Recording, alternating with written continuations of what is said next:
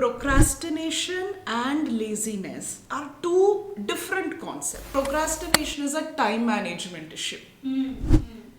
Like you remember how I differentiated. Procrastination is about getting things started.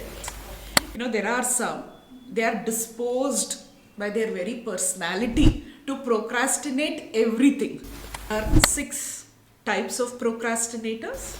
This person is a chronic procrastinator but is still successful, not so much because of what they are doing, but maybe the people around are doing. That's one possibility. Today we are seeing so many people dying of heart attacks, at such early age. For all this is called bedtime procrastination. It's a very popular term.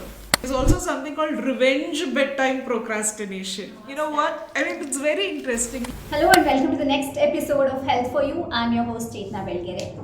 Every morning, this must be a scenario in many of the households. You set an alarm, you want to wake up at 5 a.m. You have decided in your mind, the whole of last night you've thought about it, you've seen yourself in the mirror, you want to get there and you want to wake up and hit the gym or go for a walk, go for a run. You have decided to do that. But when the alarm rings, the snooze button always wins. Or you might have to complete a project and then you say, I'll do it after 5 minutes. Let me just scroll through this. Does that happen to you? That's called procrastination, is what I've understood. But why does this happen? Why do we actually postpone this? To look at some of the scientific reasons for this, today we have with us Dr. Ashwini NV. I welcome you, ma'am. Thank you so much for having me over for this podcast. Dr. Ashwini, it's really pleasure, and I'm really, one is I'm curious for myself because I am a procrastinator.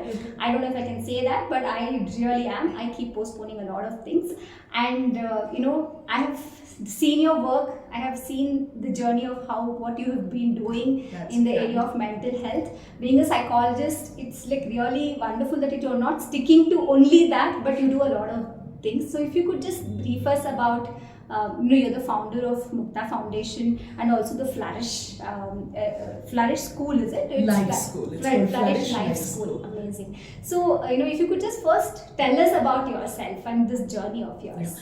First of all, I'm so glad that when we decided to do this, podcast on procrastination, that didn't get procrastinated, and I'm very happy about it.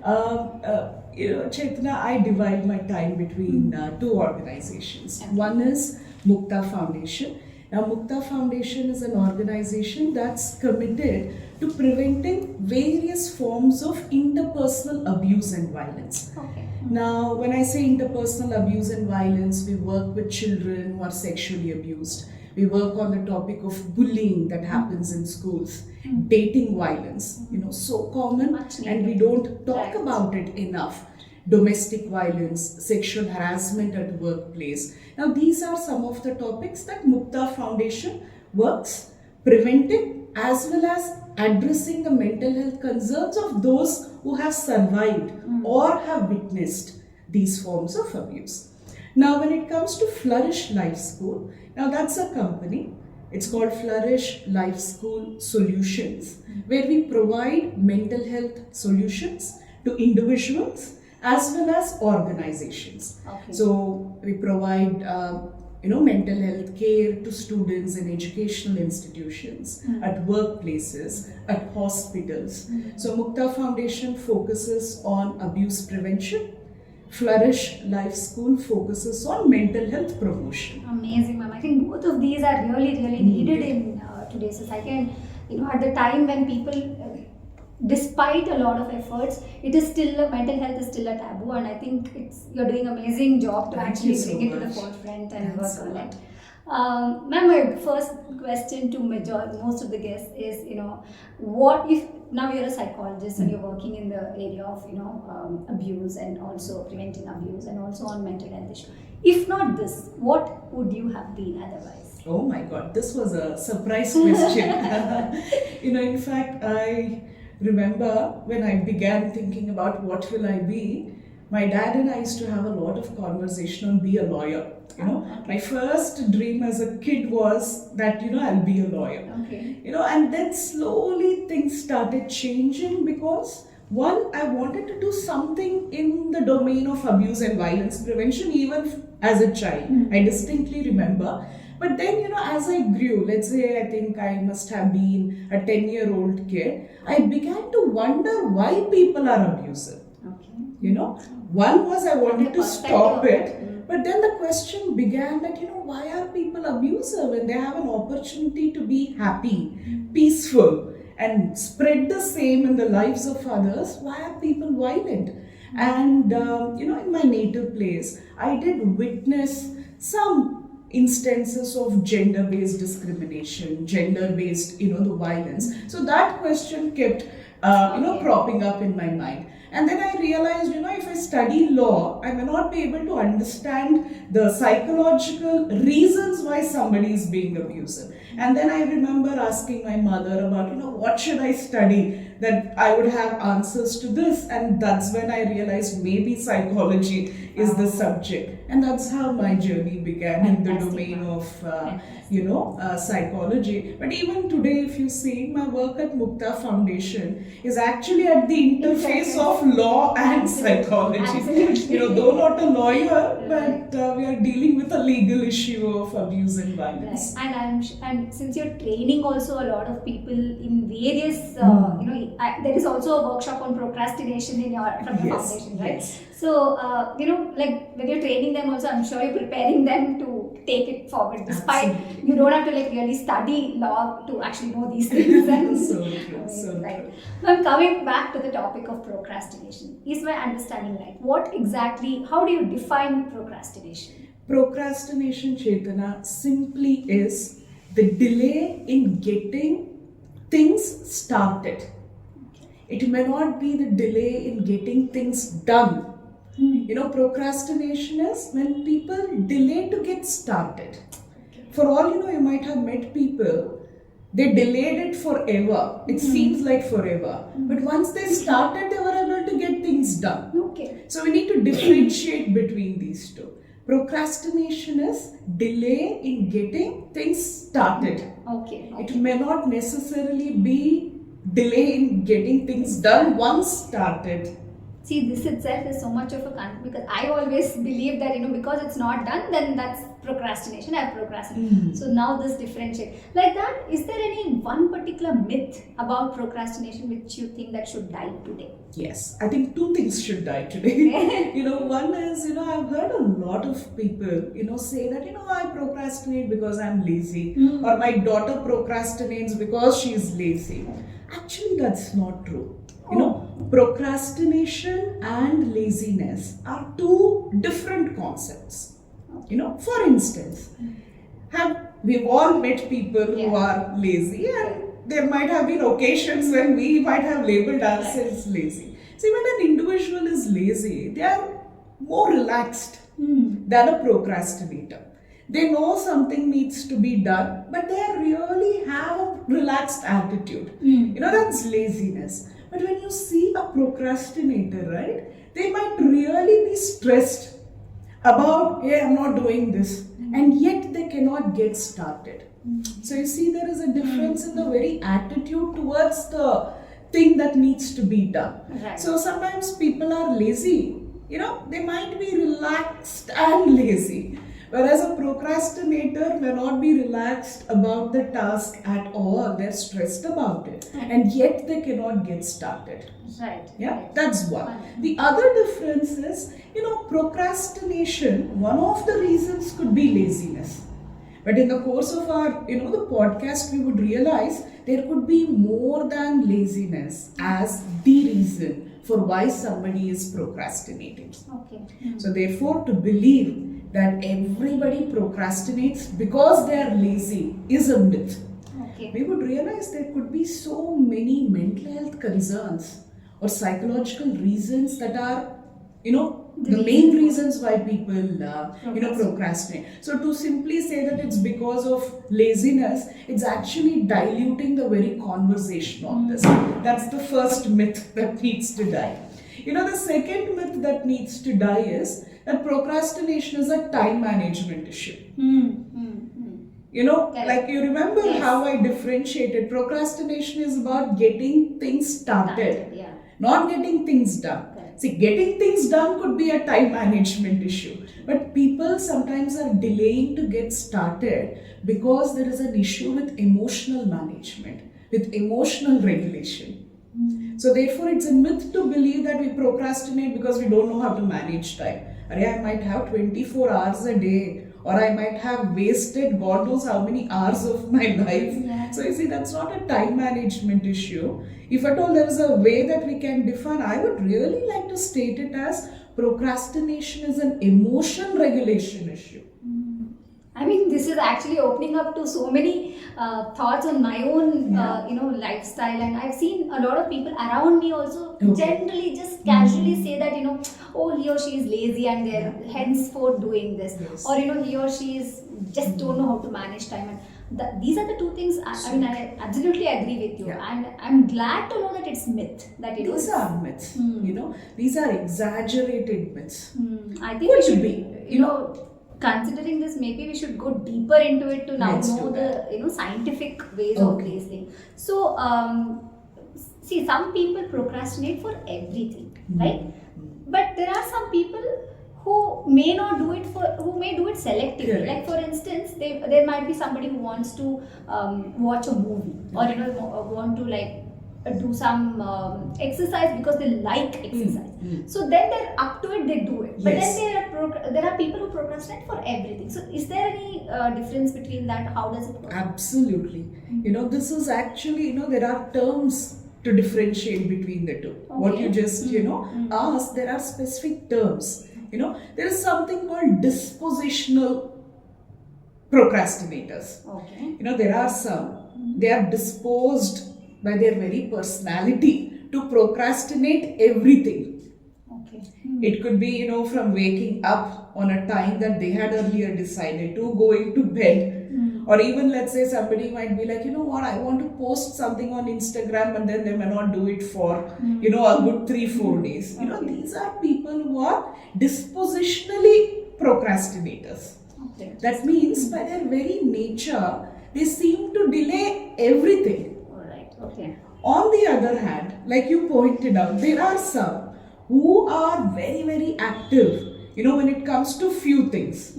But there could be specific issue that they forever procrastinate. Okay. So this is who we call situational procrastinators.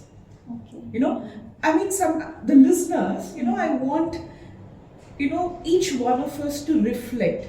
Am I dispositionally a procrastinator? That means you would be procrastinating n number of things, or it may not be an exaggeration if I say almost everything. Right. Yeah. But if at all you are a situational procrastinator, it would definitely be a worthwhile endeavor to just make time. I know, making time to sit and do this activity, I hope nobody procrastinates. That we make a list of only those things that I have a tendency to procrastinate. For example, I have seen some, like you also pointed out, maybe spending time on social media, I never procrastinate. I wake up and I go there immediately. Right. But maybe something to do with a health checkup, I procrastinate. Or maybe I only procrastinate going to bed on time. Or I procrastinate having conversation with somebody with whom I have a conflict. Now you see how specific it is. So therefore I think we need to reflect, am I a dispositional procrastinator or am I a situational procrastinator? That might be a very important insight that we must have. This is the basic, no? Yes. First we need to identify ourselves. So similarly, are there any reasons why people procrastinate, or is it, like you said, one is in their nature? Correct. But are there any particular reasons why, scientifically has it been found out? Yes, Yeah? yes, Okay.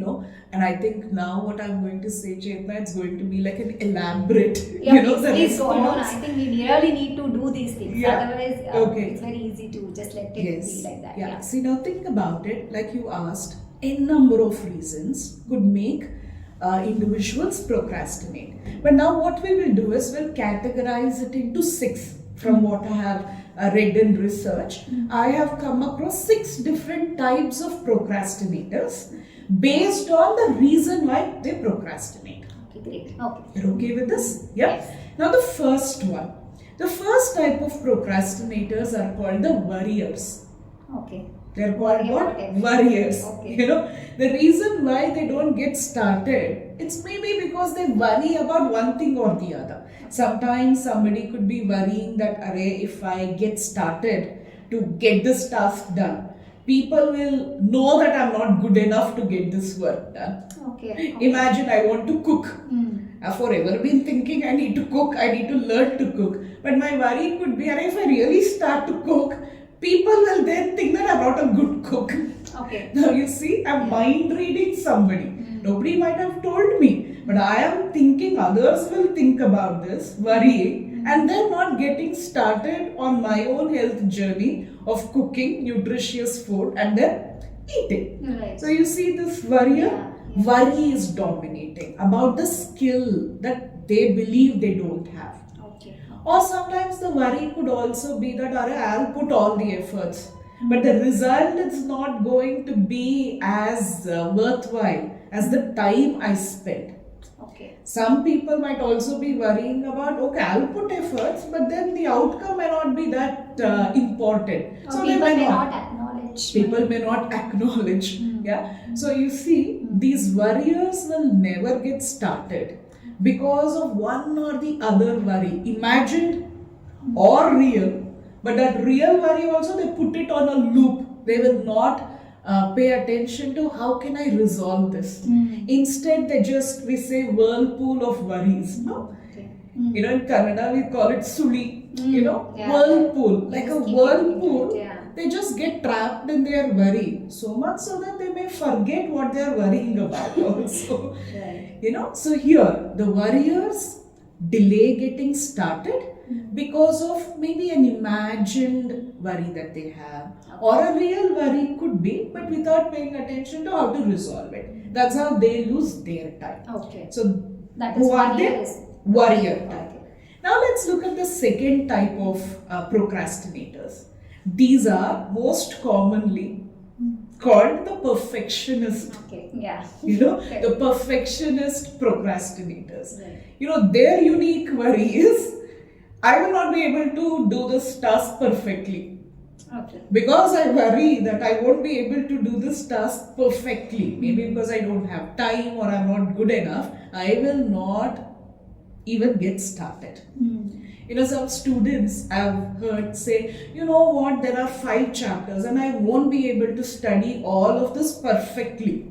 Okay. So they never They never even open the book. Okay. See, the wise thing could be I don't have time, I won't be able to read everything perfectly, but at least I need to know the chapter names and what is there underneath that. Right. But a perfectionist procrastinator would be like, I will do something perfectly, or I will not do Never do it. Okay. anything about it. So there's a difference between worrier and perfectionist. Yes. Here. Worrier is worried constantly to start. Here is a perfectionist who is worried. He is also worried, Yeah. but he wants it to be perfect, and Correct. hence he is not. Absolutely. Okay. See, but if you see what's the commonality between these two, both these categories of procrastinators are not getting started over their anxiety. Okay. So if there is some common link between both, worriers are worrying about hundreds of things and they are feeling anxious and they're not getting started. But a perfectionist is worried about one thing, of not being able to do something perfectly, and they're also anxious and then they're not getting started. Right. So this is the second category of procrastinators. Okay. Now let's talk about the third category. Very interesting. They are called the overdoers. Okay. You might have heard this phrase, right? Over promise and under deliver. Right. These are individuals who would take up way too many things on their plate.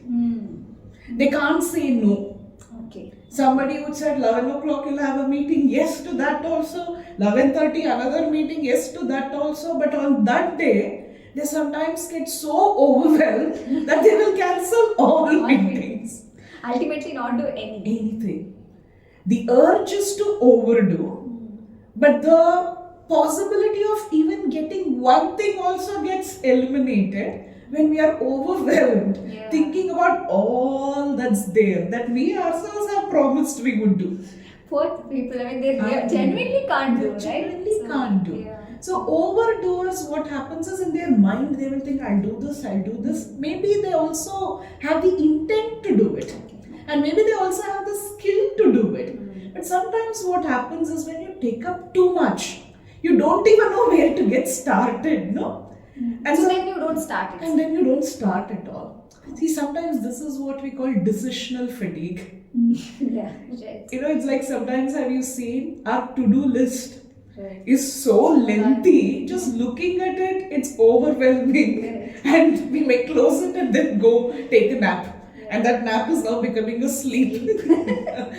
True. Yeah. So these overdoer procrastinators, they take on a lot. And they are so anxious about everything that they have taken up. In that process, right, they may not start doing anything also. This is the third category. So if you see the first three that I have spoken, the predominant feeling that these procrastinators have a great challenge to manage is anxiety. Right. Now let's look at the fourth, fifth and the sixth one. Now the fourth one, very interestingly, they are called the crisis makers. Crisis makers. They make crisis management. No. Crisis makers. They make it so that they feel inspired to get things done. Okay. See, who are these crisis makers? For them, when there is a lot of time or when there is adequate time to get things done, they find it so boring. Okay. Colloquially, right, we can call them the last minute wonders. You might have met people. Yes. I have a lot of people in my life. Journalists mainly. And people like me, only if there is a deadline we all work. Otherwise we don't. You see what's happening? Yeah. A crisis maker will keep on delaying till the last minute. They might be thinking that, in the last minute I'll get an idea or I'll get that energy to get things done. But in reality, the last minute you really might not find time or you may not have enough mind space to even be creative in your engagement to get things done. But these crisis makers keep on denying that reality. Okay. They might be tricking themselves into believing that, in the last minute energy will come, idea will come. If it comes, good. But what if it doesn't come? You don't even have time to explore, right? Yeah. So these crisis makers keep delaying, getting started with a hope that in the last minute something wonderful is going to happen. Right. They are too optimistic, but for people around them it might be like way too stressful. And sometimes what could be done calmly, they're intentionally making themselves feel in the name of adrenaline rush. What is happening is cortisol release is happening, stress hormones are getting released. So this is the fourth category. The reason, Chaitanya, I'm elaborating on all the 6 types of procrastinators is later when we are exploring the strategies, we will realize unless we have an insight about the type of procrastinator I am, my strategies won't be effective. So the first step for our audience is they need to spend some time reflecting on the type of procrastinator they are, because that's the key to understand the reasons why we are procrastinating. Right. Very important. Yeah. So the 4th is done. Crisis maker. Now look at the 5th one. Very interesting. These people delay things getting started because they are dreamers. Okay. They're so happy in their, the dreamy state. And that in itself sometimes, makes us feel calm, comfortable. Right. But there is absolutely no need to even get started. The dreamer procrastinator is so consumed with their own thought process of, when I do this, I'll get this. This is going to be the result. This is going to be my accomplishment. The brain is even forgetting that you need to do something to accomplish that. They're so consumed with imagining the outcome. Sometimes have you seen, let's say you're dating someone, just imagining that you're spending time with them sometimes makes an individual very, very happy. That they may not even, call and speak, just in that imagination they are. So these dreamer procrastinators are too engrossed in their dreams that they don't get started. Yeah. And the other thought pattern that these dreamers may have is somewhere they think they should not be working too hard to get something. It's like they might give examples like, look at her, she just got maybe some property from her parents and she didn't work hard, but your reality could be different. Right. So dreamers may also have a tendency to compare themselves with others in a way that makes them feel that only I need to work hard. Why should I? Others have it easy. So they procrastinate because of these. One, spending a lot of time in their imaginary world. Secondly, thinking, why should I be working when others have it easy? So this is the dreamer procrastinator. The last one, very interesting.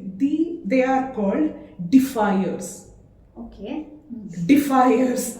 Who are these defiers? They delay getting things started because of this assumption that, hey, why should I do? Because somebody else is asking me to do. It's like, let's say I have to reach college on time, but they won't. Why? Why should I listen to my teacher? So defiers delay things because of this assumption that somebody is asking me to get started. That's precisely why I won't do it. Oh my God. So for them, everything is about control. Somebody telling, now is the right time. They're like, no, this is not the right time. Somebody, it's like, you look unwell. Why don't you go to the doctor? Maybe they would have gone by themselves. But because somebody else told, now they are going to procrastinate. So there are also defier procrastinators. No anxiety. The only frustration in their life is, if I do this, somebody else may take pride. Somebody else may start to control me. And I don't want to do that. So I won't start anything. Sometimes I really, have spoken to very young children, school students, sometimes even adults also. A child telling, I feel like studying, auntie. But the way my mother will come and ask me to study, I won't. Parents should be careful now. Yes. You can't turn them into a defier. Absolutely. If at all you have a defier procrastinator with you telling that eat now, I don't want to eat. I'll eat at 12 o'clock because you asked me to eat at 8 o'clock, I'll delay. Now you see, imagine having defier procrastinators in a workplace.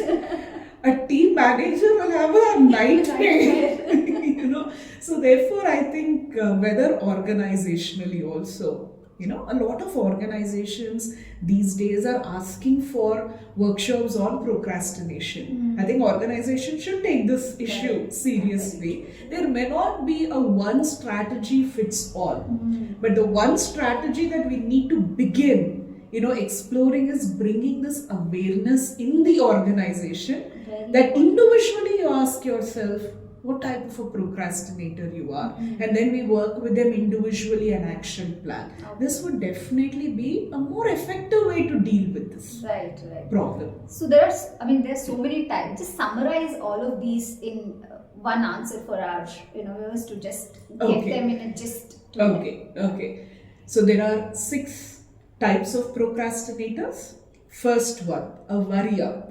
A worrier is a procrastinator who delays getting things started because of n number of worries. Be it, I'm not good enough to get this task done, or people may not appreciate. So worriers delay because of their worries.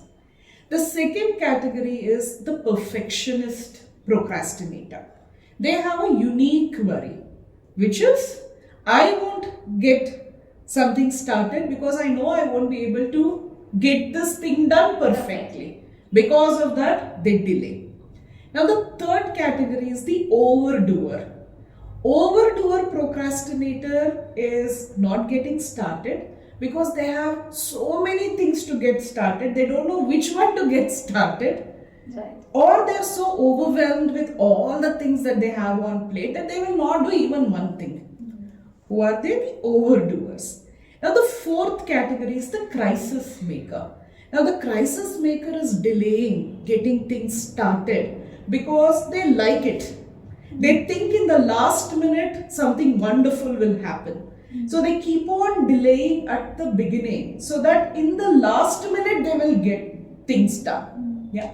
The fifth type of procrastinators are the dreamers. They delay because they're so consumed in their imagination. They delay because they think others have it easy and they are not motivated to work to fulfill their dreams. That's the reason for their procrastination. Now the last one is the defier. The defiers delay because of their worry that if I do this, others will gain control over me. Defiers defy getting things started because others are asking them to do something. So these are the 6 broad categories of procrastinators. Great. I mean, it's very, very important, like you said, to probably first identify what Yes. kind of a procrastinator you are and why are you doing this for that particular Absolutely. reason. And coming to, commoner, is there any of these 6 types? Are there some which are like most commonly seen, or is there anything of that sort? One. The second thing is, all of these look like, oh my god, can I manage this? That kind of, I'm sure we will talk about strategies for each of these later, but in a nutshell, can these be actually changed? Can we actually work around these? And are there any difficult ones to work around these? One is the common ones and the other one is the difficult ones amongst these. Yeah, I mean, very interesting, that you're asking which are the common ones and difficult ones. See, I mean, I would like to answer this keeping in mind who are likely to approach. Let's say a counselor or a psychologist. Also, Think about it. Will a defier approach a counselor? Definitely not. Even if they approach, it would be like, you are asking me, I won't do it. So defiers, sometimes it's difficult to work with them because they may defy even what a mental health professional is telling. They could be stressed. They may even acknowledge that. But when somebody encourages them to implement certain strategies, they may defy that. Correct. So it might be, first, therefore, we need to address that core, issue. But sometimes what I have seen, Chetana, is the worriers are likely to approach you. Because, when you're worrying about several things that actually causes such distress, they may not be thinking that my worries are the reason why I'm procrastinating. So they may approach you for some other issue. But then in that case, exploration, we may also realize that, your worries could be the reason why you're also procrastinating. Okay. So in my experience, I have seen worriers. Of course, they will not know the term, right? Correct. But when I interact with them, I realize worriers may approach.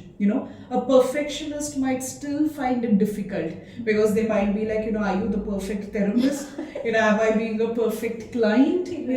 So in that process of trying to figure out a perfect match between, me as a client and who my therapist is going to be, they may lose a lot of time. Right. Quite possible. An overdoer, but he might have it in the to-do list, but then cannot. Sometimes I've even seen an overdoer asking in therapy, tell me 5 things I can do. And sometimes you may be like, look at this concern, I'm asking you to get one thing started, but you want 5 strategies, but no. Let's not take up 5 strategies. Instead, the one strategy that we have discussed, let's get it started. So an overdoer might bring these, requests that let me know 5, 6, because for them numbers matter. That energizes them. But they don't realize when you look at it, it overwhelms and you will not implement anything. And of course, the crisis maker, unlikely that they will volunteer for, the therapy. But then maybe others might be like, what, you think you're a last minute wonder, but then the quality of work you're doing is not adequate. Or if there is a lot of stress, because imagine in a given day, if that person creates 2 crises intentionally, what could have been prevented? They have caused it intentionally. Can you imagine the toll it takes on the body? The toll that it could be taking on the mind also, but these individuals may not realize it. Yeah. So another thing which you interestingly spoke is about the commonality between the first 3 of them, right? So there is anxiety which is predominant. So will it be wrong? I mean, I know that anxiety and depression are not the same, right? So can depression be one of the reasons for people to procrastinate? Sure, quite possible. So even for us to understand depression, Chetna, there's something called cognitive triad. Yeah, it's called cognitive triad. See, depression sometimes would emerge because people might think they are worthless. Right. They might think their life is hopeless. And they may think that I am in a helpless situation. Now you see these 3 terms. Some individuals may feel that they are worthless, their life is worthless, they are worthless, what they do is worthless, you see. Or they may be feeling that hopelessness. Whatever I do, things won't change. Hopelessness. And some may also feel that they are helpless. I cannot help myself and nobody can help me. Now when these 3 set of thoughts, core beliefs emerge, right? Depression is a likely possibility. So therefore now imagine a person who is thinking I'm worthless, hopeless, helpless. Will they get started with something? Unlikely. So therefore, if at all, because we've already spoken about the type of procrastinator, imagine a worrier. A worrier may have these thoughts, and my life is worthless, hopeless, helpless. So therefore, procrastination in itself at times can worsen certain mental health concerns. And I feel it's like a loop, Sure. You fall into a loop where you procrastinate. Not just people who are depressed or who are into depression or not just that, anybody for that matter. You may want to do something, then you procrastinate it, then you end up not doing, then again you feel bad about it and you feel hopeless there.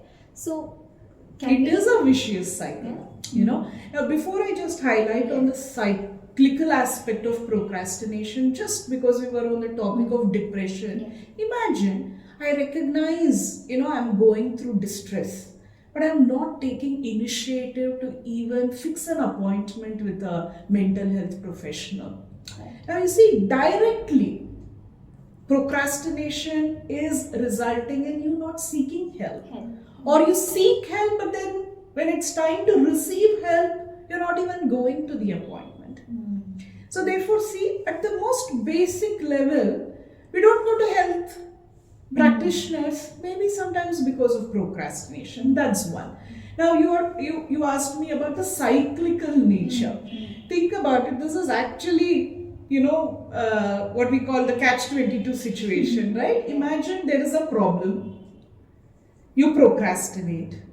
Because you've procrastinated, the problem might get further worsened, which you are procrastinating to even realize, to even act.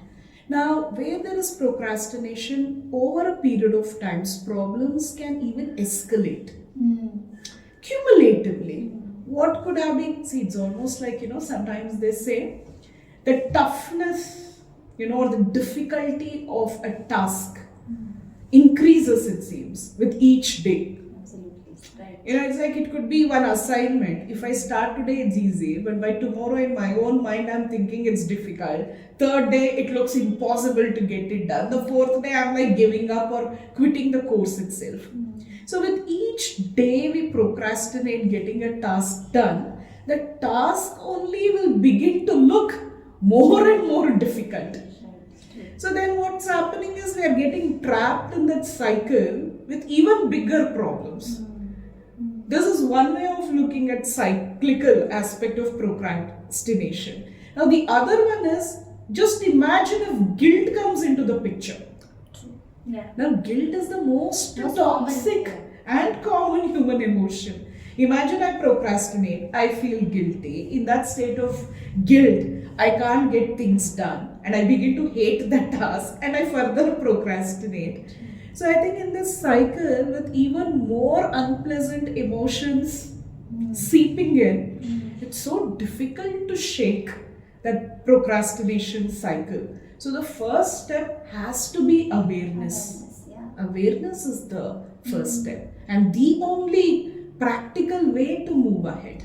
It is so important. I'm just realizing that, this is something which procrastination is one thing probably everybody will commonly use the term and commonly say, first like you said, lazy and things like that. And then you just don't give it so much thought that there are so many things it can actually do to your daily life, your professional life, your personal life, a lot of things. Absolutely. Right? So another thing which it's very interesting to know that there are different types now. Now tell me, suppose why is it that sending an email to somebody or getting some task at work, something done, becomes so difficult and you don't want to start there, but you're binge watching on something, it's very conveniently you go back to it, and then though you've told yourself that you will stop in 5 minutes, but you don't stop. Sure. So again you procrastinate thinking 5 more minutes, 5 more Yes. minutes, so then you not realize how many hours you've done that. Is there any reason for that? I mean, the simplest way to understand this is we are creatures of habit. The reason why I'm using this specific phrase is because we don't realize we are creatures of habit. For instance, now let's say the social media. I am no expert in all the hooks that they create in order to ensure we are glued to it. But I'm sure there are people working to ensure people get, the word is habituated, but a more technical term is addicted. Now remember, like I said at the beginning, procrastinators have a problem getting started. Imagine with all the, the glorious talks on how awesome social media is. Let's say I get started, because there is no way I can stop myself from getting started because it's there everywhere. But once I get started, it's so easy to get hooked.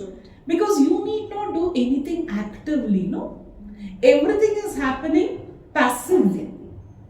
Yeah? So you becoming a creature of habit, on a social media is much easier than when you need to actively think and write that email. Now you see there is a difference. Somewhere individuals, when they need to actively do something, actively think. Of course, today with ChatGPT and all that, even that actively thinking to send a mail also is now getting challenged. But I see that this could be one of the reasons. The simplest task of sending an email seems difficult because I need to voluntarily think, type, click that send button, and it looks like a lot of work. But when I get onto a social media, I need not think anything voluntarily. I need not put in efforts. I just have to see, and then that will only, show, things based on what I saw yesterday or what I saw 5 minutes. So there is more passive involvement here, no less efforts. Whereas that, even though it's not that bigger a task, but because I need to engage actively, maybe we delay it there. Okay. So, is it possible to be successful and yet be a chronic procrastinator? Look at that, but it turns out, at least with case to case, see, it depends on who are you surrounded with also. Let's say you are a manager, you are a chronic procrastinator, but somehow you ended up with a fantastic team and they are getting things done. Okay. And then you are reaping the benefits. See, that's one, because we see around, and sometimes, this person is a chronic procrastinator, but is still successful, not so much because of what they are doing, but maybe the people around are doing. That's one possibility. But more or less, Chetana, when somebody is a chronic procrastinator, even if they are successful, to sustain that success might eventually become a challenge. Possibility. So therefore, a chronic procrastinator, we need to also see what are they chronically procrastinating. Correct. That's also there. You remember earlier we spoke about dispositional procrastinators. If they have a tendency to procrastinate everything, maybe success in whichever terms they define might be difficult, let's say. But if at all they're situational chronic procrastinators, imagine, I'm an entrepreneur. Something that I situationally, chronically procrastinate is sleeping on time, let's say. To begin with, I can be successful, no? Because I don't sleep at all, I'm working. But can this be a long-term formula for success? Today we are seeing so many people dying of heart attacks, at such early age. For all you know, this is called bedtime procrastination. It's a very popular term. It's like, say, there is also something called revenge bedtime procrastination. What? It's very interesting. Let's say, throughout the day, you couldn't do things that you wanted to do. Let's say, throughout the day, you felt your time was not under your control. So many of our lives might have become like that. You end up doing so many things that you don't want to do, but you still have to do. Let's say you did that. When you go to bed, suddenly you realize this is the only time I have under my control. So what do? To take revenge on the entire day that was not under your control, you simply keep on scrolling and then you don't sleep. See, it's actually not helping. It's not helping you. You're losing your sleep. But then you're taking revenge on the time that you lost. A time that you didn't have control. And now what you're controlling is not helping you. But I'm still taking revenge.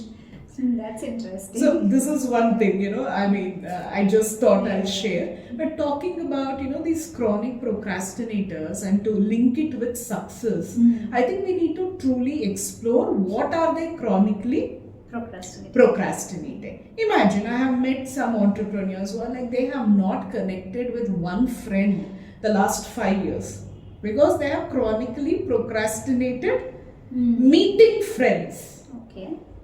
Spending time with their dear ones. Today there might be professional success. Imagine you go through a personal crisis. No amount of money that you've made could provide you that solace that a friend might have. Then are we thinking, is it truly success?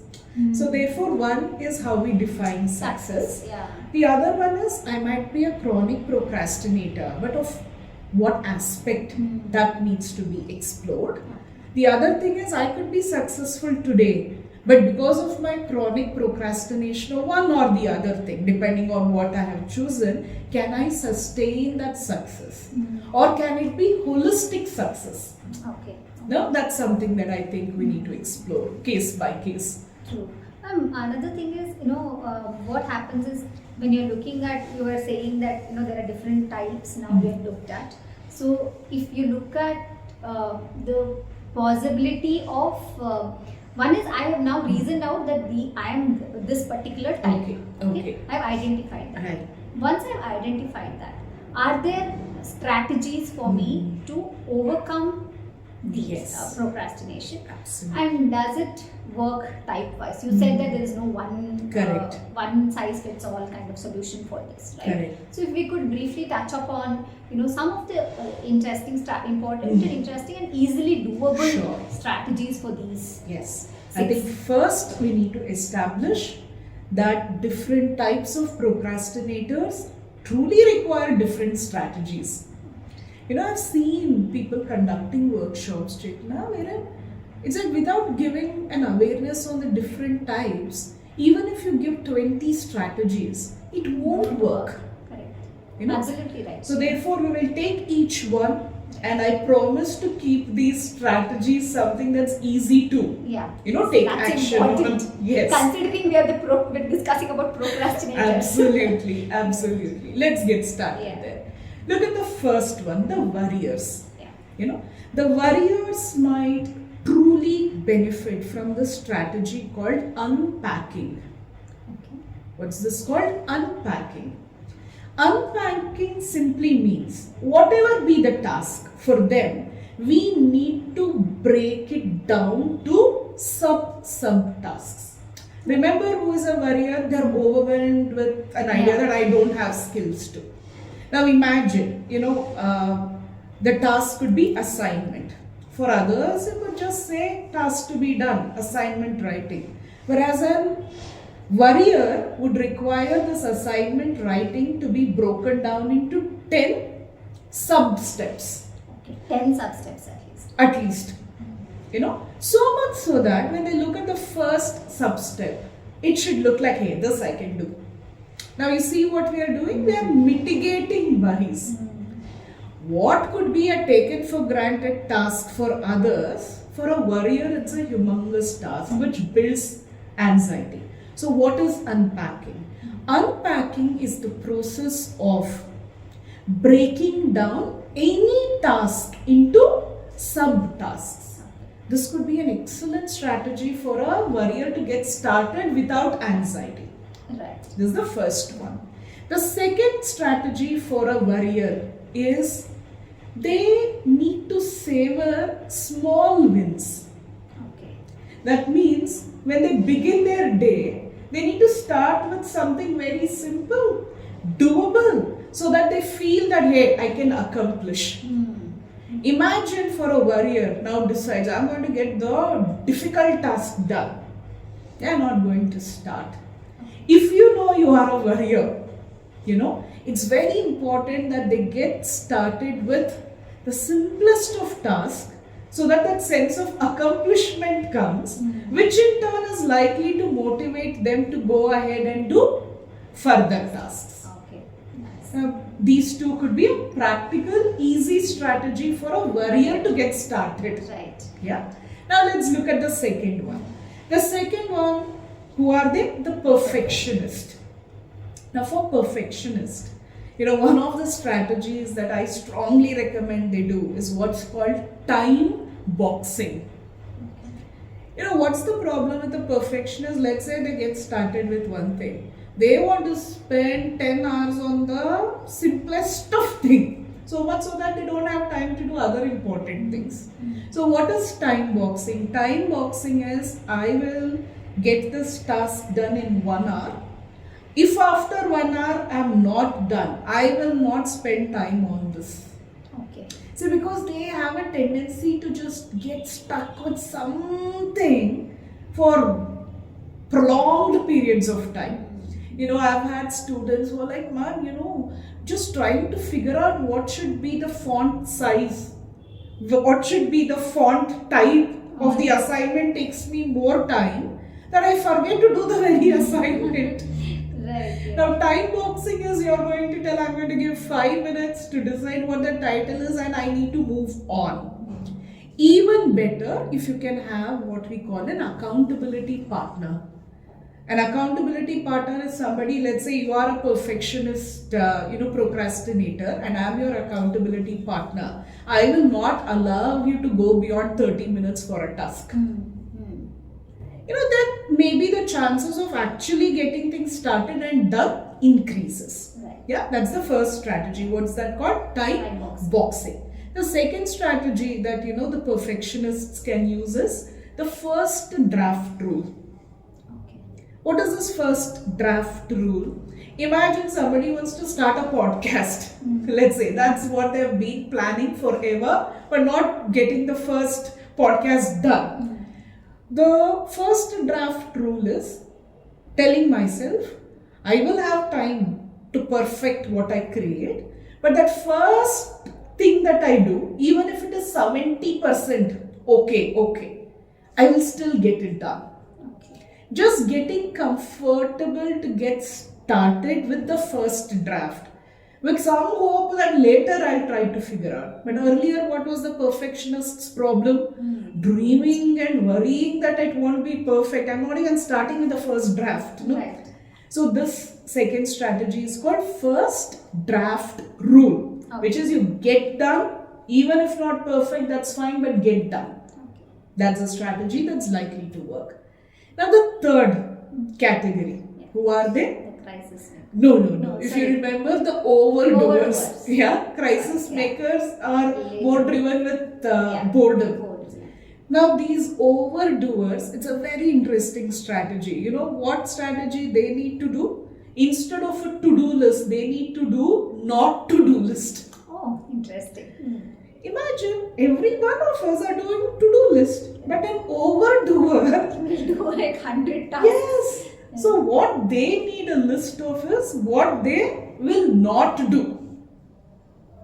Not to do list is what needs to keep on appearing on the wall so that they will not take it up and they will make time for what truly needs to happen. That's one. And the second thing that as a skill an overdoer must learn is the skill of delegation.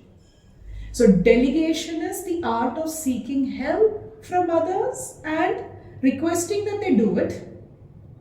Not thinking about what they are doing and then losing your time. Right. So for an overdoer, let's encourage. Identify something that only you must do. That you do. But everything else that others can do, please build the skill of delegation and request them to do it. Okay.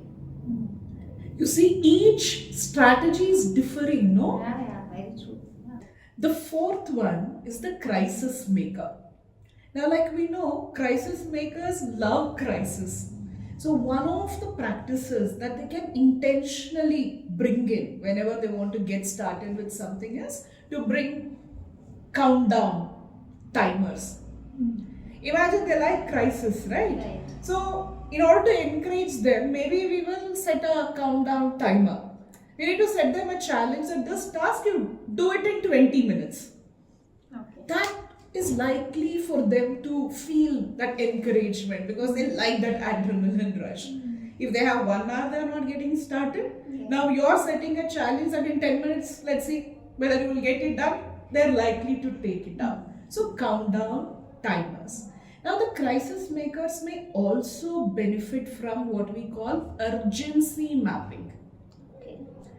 Sometimes on paper for these crisis makers, we need to identify and let them know, look, there are 10 tasks. You are now thinking which one to start. Let's create an urgency map. What does it mean? What requires your immediate attention?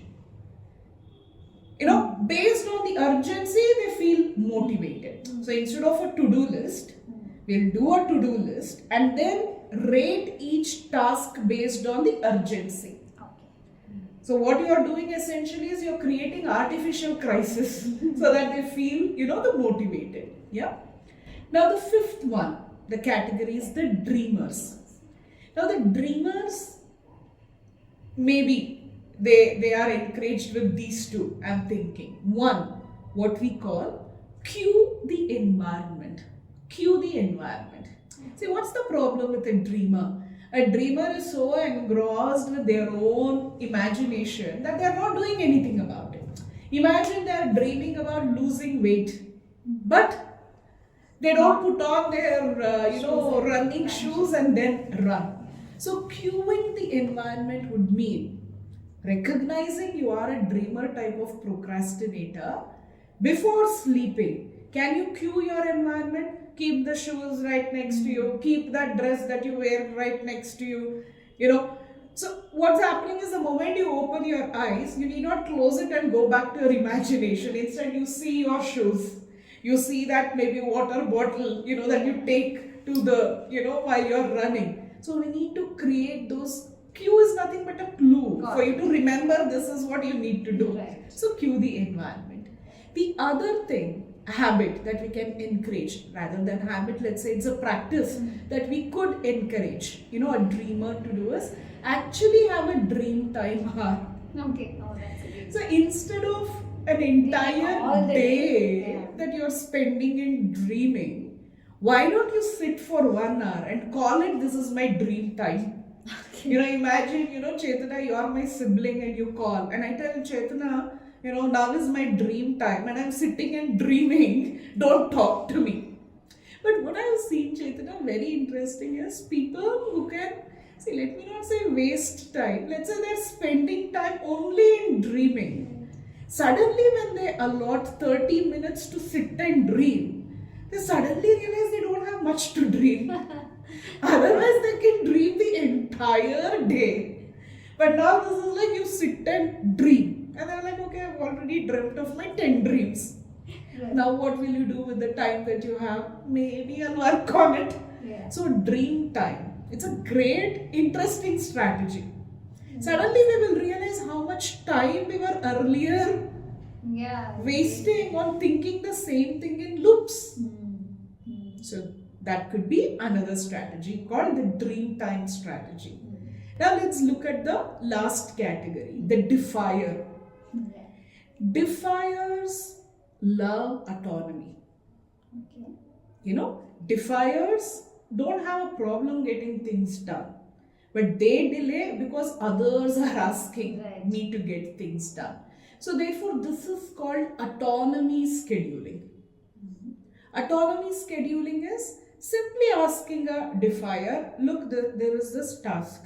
I won't give you a deadline. I won't ask you when you have to do. You decide and do whenever you want.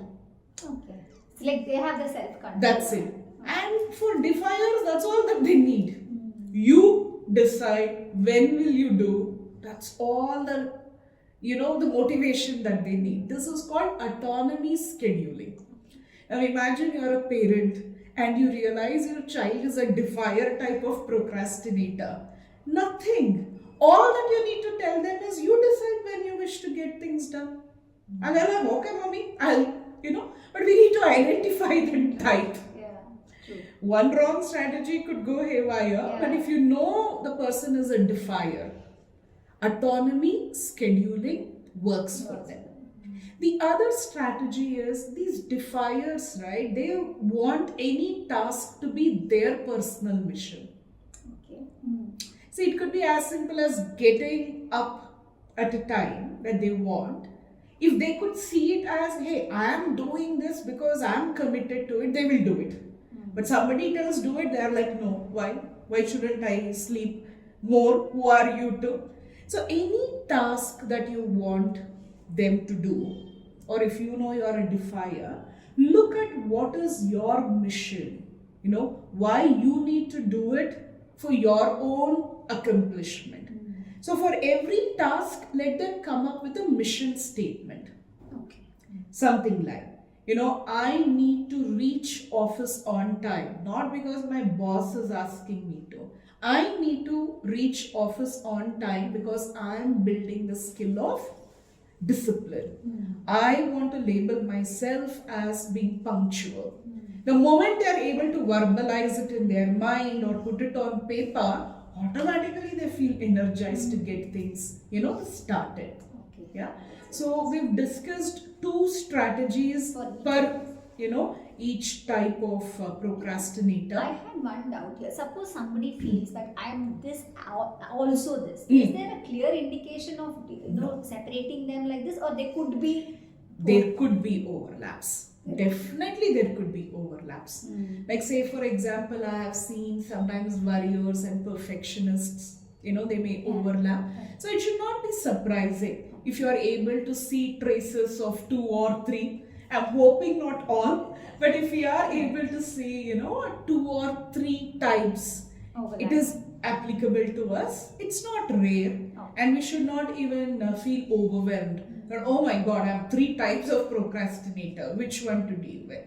Get started Maybe you should with look one. at, you have so many strategies. Yeah, You have 6, absolutely. Yeah. give them 2 Yes. to each. That's such a lovely way to even reframe our problem, right? I think rather than worrying that I have so many type of procrastinator, just one person being so many type, but you have the opportunity to just pick so many different strategies, and you will reap benefits from each one. What we need to also emphasize for our viewers is how sometimes our actions snowball. What you start with something might seem like, arey, what a big deal, but everything snowballs, it becomes cumulatively, it begins to yield better results. So getting started Yeah. with Do you have that anything. problem? I mean, I know that we are all human beings. I'm sure at some point of the day Yes, we might do yes. this. How do you deal with it? Is there any one mantra that you tell yourself that? In fact, when I was learning about this topic, I was also wondering, what type, somewhere that overdoer kind, that overdoer, I sometimes still see that traces are still there, and I think that's when you also start thinking about how effective your team is.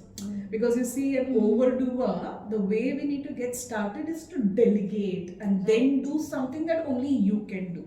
So I think, like, when you're asking, even as I spoke about overdoer, I'm like, Ashwini, think if you still have the traces. Chetana, sometimes with all the awareness, also, each one of us will struggle. Absolutely. But that awareness, if at all you're willing to reflect by applying it to your own life, Yeah. I think that kind of eases, the things. But Definitely. yeah, I'm also thinking, am I a defier? And I have few people in my mind. When you ask me, I don't do it. No. But I think I've overcome that. So, is there a time of the day, or is there some time in the day which you actually procrastinate more? Is it only task related, or is it could also be timing of the day or night or whatever? It's very interesting you asked that, because generally also, I think this concept is something we need to be training children also. It seems each one of us have what we call a peak time and a slump time. Now think about it. A peak time is a time of the day, maybe because of our personality or body constitution or our circumstances. Each one of us may have that time, that segment of the day where our energies are high, where our focus is high, and we all have a slump time. A slump time, whatever you do, you can't feel as energized as you are in your peak time. So it's quite possible, therefore, that we procrastinate more and more during slump time, whatever be it. Yeah, whatever. See, now the other thing to also we need to discuss is not all our peak times and slump times are going to be the same. Absolutely. Imagine, it's very unfortunate. Imagine I'm a night owl. My peak time is late in the night. Whereas my mother keeps on telling, no, you cannot be. Instead, all of you, everybody should be morning people. May not be the right, approach. So therefore, let's recognize without any judgment. Like, say, for example, we have a colleague at our organization whose peak time is afternoons. Okay. And the rest of the team always makes fun that anytime we say, okay, let's have a meeting, she suggests timings after lunch. Whereas the majority of my team members' slump time is afternoons. So we always, it's sometimes when you're putting the team together, it's important to even see, do they all have a common peak time, common slump time? So therefore your question that, is there a particular time in the day that we may procrastinate? That means during our slump time, where our energies are low, maybe, chances are high that we'll procrastinate even more. So one of the ways to also get started, because we're on the topic of procrastination and these strategies, is first identify your peak time. And maybe during that time you randomly choose one strategy and just get started. I think it should be a very important matter of awareness that what is my peak time and when is my slump time. I think that's a very important realization to have. Right. So, one thing people should stop blaming procrastination for. The very task. Okay. I think many times people blame how boring the task is, how unimportant the task is. They label that and then, running, jogging, exercising is not boring or difficult. What has made it boring or difficult is the fact that we delayed it for so long. We allowed boredom to just get accumulated within us. So I think the one blame that people must stop is definitely to blame the very task for the reason why I'm delaying it. With that attitude, we will never get started. We will never get started. So this is also what we call locus of control, Jitna. Okay. Locus of control is as long as you still feel it's internal locus of control. Yes, I'm delaying, but the delay is happening because of something that I'm going through. Then at least you can do something to take control over, no? Right. But the moment you put the control outside on the task itself, then how can we regulate?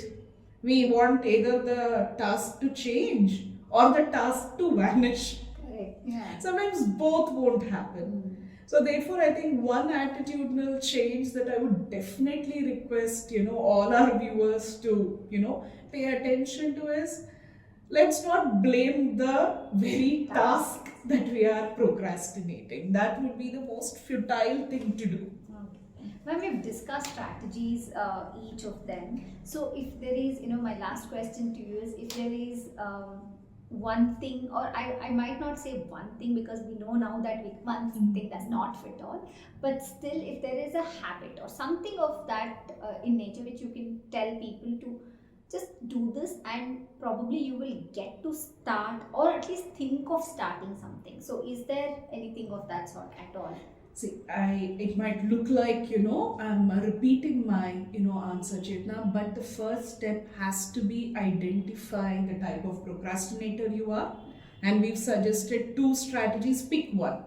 So if at all you're spending a lot of time on which one it should be, I would even say write the terms, close your eyes, just place your index pinky picky ponky, at least you do it. But whatever is the option that you get, start implementing. They say, right, the toughest step is the first step.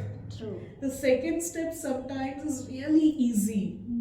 Getting started is the toughest, and that too on a topic of procrastination, it's even tougher. Yes. Even inky picky ponky, or you write chits of paper, pick it, but whatever strategy you get, start implementing it. Preferably during your peak time, when your energies are naturally high. Right. And let's not be judgmental about that. Meaning, let's not think that, I'm a night owl. If that's your peak time, get your task done at that time. If you are a morning person, get it done at that time, irrespective of what people around you are, telling. Choose, stay committed, choose a peak time, get started. So if I can summarize this, so basically one is you identify. That's the first thing. Yes. And probably also identify if there are any particular reason why you are procrastinating. Correct. Can you even do that as well? Yes. See, if you saw the type of procrastinator, the very difference was based on the reasons. Right. So the moment you think about the reason, you may find the type, or the moment you contemplate on the type, reasons might become clear. Correct. So that's the first step. Yeah. So one is identifying, yes. Then you reason it out, then yeah. you do it at your peak time, you actually start yes. doing at least one task. Absolutely. And depending on the strategies, you work around it. Like you said, the pick one strategy anyways and do Correct. it.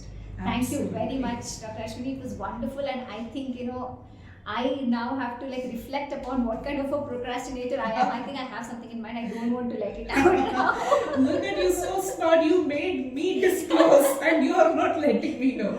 But it was really wonderful, and I'm sure our listeners have also now not really, normally what happens is, like I said, we go into that guilt mode and we Correct. discussed about it. So it is worse feeling to be in. And now to know that, there is a reason why this is happening, and Correct. also you can sort it out by doing these steps and these simple strategies you've given us. It was really wonderful having you on the show. Thank you very much. Thank you so much for having me. I never really thought that talking about procrastination could be this, engaging. And thanks for those lovely questions. Really, well thought out. We ensured that we've discussed, everything. Right. Yeah.